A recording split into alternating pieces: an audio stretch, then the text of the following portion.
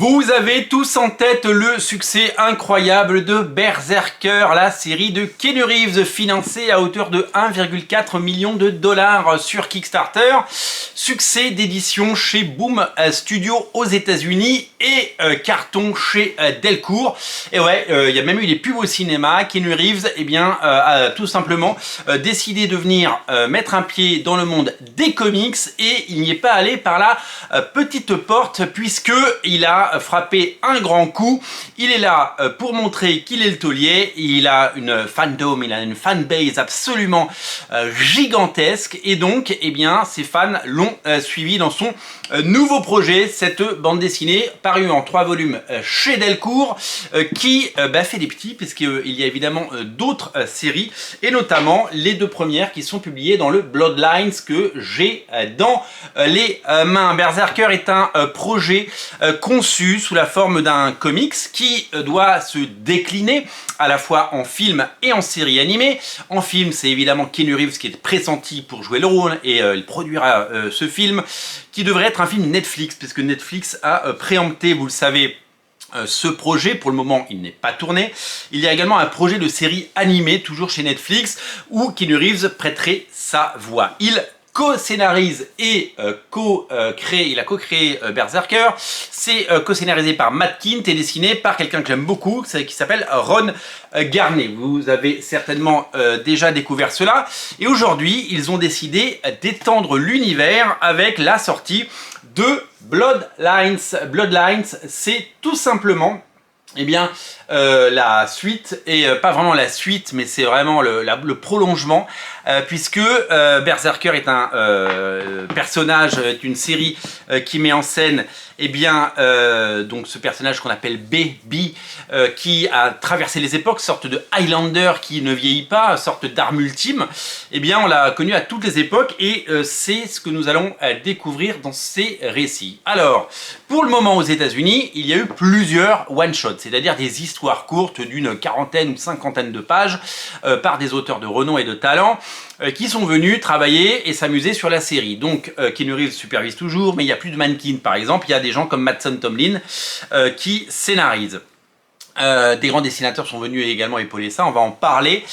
L'idée c'est quoi? C'est que Delcourt prend les récits par 2 et en fait un album, parce que ce serait très compliqué de faire des albums plus fins que ça, des demi-albums, donc ils attendent qu'il y ait 2 récits et après ils les compilent. L'annonce a été faite aux États-Unis, vous l'avez peut-être vu passer, on en a parlé dans l'Actu Comics. Je vous invite évidemment à découvrir l'Actu Comics, cette émission de référence qui vous raconte bien toutes les dernières actualités et toutes les dernières infos de la planète comics. Une nouvelle série par les mêmes auteurs, Matt Kindt, Keanu Reeves et Ron Garney doit voir le jour dans les prochains mois. Peut-être un nouveau Kickstarter, peut-être un nouveau record à aller chercher. Pour l'heure, c'est Bloodlines qui sort, qui reprend deux séries. La première s'appelle Poetry of Madness, elle est dessinée par Steve Skroce, et là sa deuxième s'appelle Fallen Empire, l'empire qui est tombé. Des couvertures magnifiques variantes sont reproduites à la fin de l'album. Là j'ai une couverture de Steve Skroce, couverture du fabuleux David Mack, couverture de David Hara qui est tout simplement sublimissime. David Hara, trop rare et tellement doué. Rebecca Isaac, on dit comment, Rebecca Isaac fait cette couverture. Joel Jones, la magnifique, fait celle-là. Et j'ai quoi d'autre en besace? Couverture de Jenny Frison dans un style très épuré. Cette couverture principale est signée par le fantastique et fabuleux Travis Charest. On reconnaît bien entendu le visage de Keanu Reeves qui prête ses traits au personnage de Bee dans Berserker. Et c'est une couverture signée Travis Charest, évidemment, avec cette armure qui rappelle celle de Dracula de Coppola, bien sûr. Le premier récit qui s'appelle donc La poésie de l'insensé est incroyablement dessiné par le dessinateur Steve Skroce, qui a fait notamment We Stand on Guard et qui a fait énormément de très bons récits. Il avait fait un Wolverine, souvenez-vous, il y a bien longtemps. Il a dessiné Cable et le personnage X-Man qui était sa déclinaison de l'ère d'Apocalypse, fantastique dessinateur, dessinateur vraiment incroyablement talentueux, incroyablement doué, incroyablement fabuleux. C'est vraiment un artiste qu'on adore et on se réjouit de le voir sur un récit populaire et successful, comme on dit en anglais. Le deuxième récit s'appelle Fallen Empire, comme on l'a dit, hein, donc l'empire déchu, hein, l'empire qui tombe, et c'est dessiné, donc c'est scénarisé par... Alors le premier récit était scénarisé et dessiné par Steve Croft, le deuxième il est scénarisé par Mattson Tomlin et dessiné par Rebecca Isaacs, donc on dit.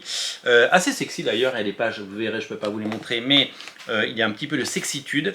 Très bien dessiné, c'est une dessinatrice que je ne connaissais pas. Par contre, Mattson Tomlin, on le connaît très très bien, il est connu de nos services, puisque c'est le scénariste de Batman Imposter, c'est le scénariste de The Batman 1 et 2 au cinéma. Le 1 est sorti à cartonner, le 2 sortira en 2026 par Matt Reeves, et c'est également le scénariste de Vicious Circle qui est paru chez Urban, et le troisième tome arrive très bientôt. Donc une très grosse pointure et quelqu'un qui fait de plus en plus de comics, comme vous pouvez évidemment le constater et le voir. Bloodline, c'est un récit qui ouvre l'univers, vraiment, avec des très très bons one-shots. Je vous invite à le lire. Si vous avez accroché aux 3 premiers tomes, et en tout cas au concept, et si vous aimez Keanu Reeves, eh bien, je pense que vous ne serez pas déçu, parce que c'est un titre plein de qualité. Voilà. Ça s'appelle Berserker Bloodlines. La couverture est sublimissime, vous ne pouvez pas la rater, c'est disponible partout, c'est mis en avant dans toutes les librairies. Et c'est eh bien, le prolongement de cette grande saga, et il y en aura d'autres, puisque le succès est au rendez-vous. Si vous aimez Radio Comics, n'oubliez pas de vous abonner. Abonnez-vous, c'est la meilleure chose des choses, c'est la meilleure des choses à faire. Salut.